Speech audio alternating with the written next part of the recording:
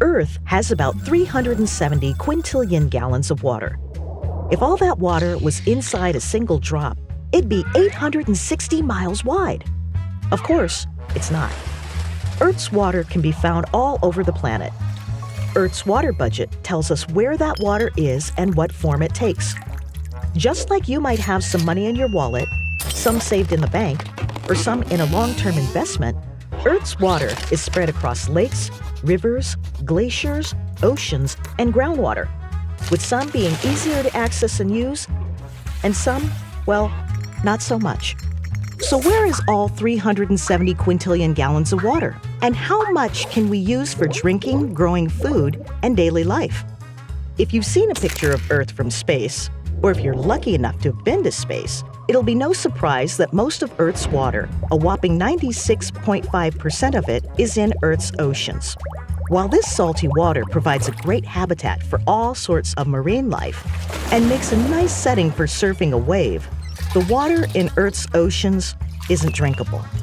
That means just 3.5% of Earth's water is fresh and might be used for drinking or watering crops. Might is the important word here. Nearly half of Earth's fresh water is frozen solid in glaciers, ice caps, and permanent snowpack, making it pretty tough to access as usable water. The next most abundant source of fresh water is what's known as groundwater.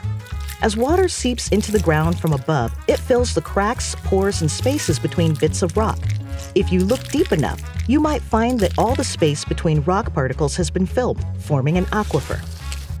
Aquifers store huge amounts of water that can be pumped out to the surface for drinking water and irrigating crops.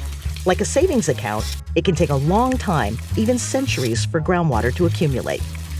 That leaves just 0.1% of all water that isn't salty ocean water or fresh water that's frozen or buried in the ground. If you were looking for easy access to what remains, think again. Most of this tiny fraction of Earth's water is frozen as permafrost. Some exists as moisture in the soil, a bit is in the atmosphere as water vapor, and some makes up the water that exists within living creatures. Just 0.01% of all water on Earth is on the surface in lakes, rivers, swamps, and marshes. Most water on Earth has been here for billions of years, and during that time, any single drop might have moved between different parts of Earth's water budget.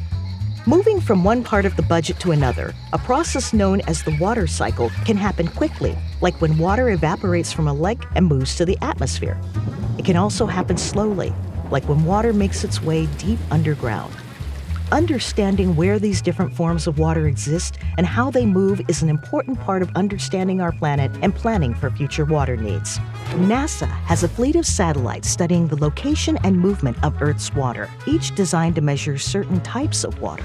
Some measure the movement of groundwater or ocean currents, while new missions like SWOT and NISAR will also fill gaps in our knowledge by measuring fresh water and possible hazards. Together, these missions help bring NASA's water budget and cycle into focus. So next time you feel a drop of rain on your face, imagine all the places that water might have been during the last few billion years and where it might be in the next.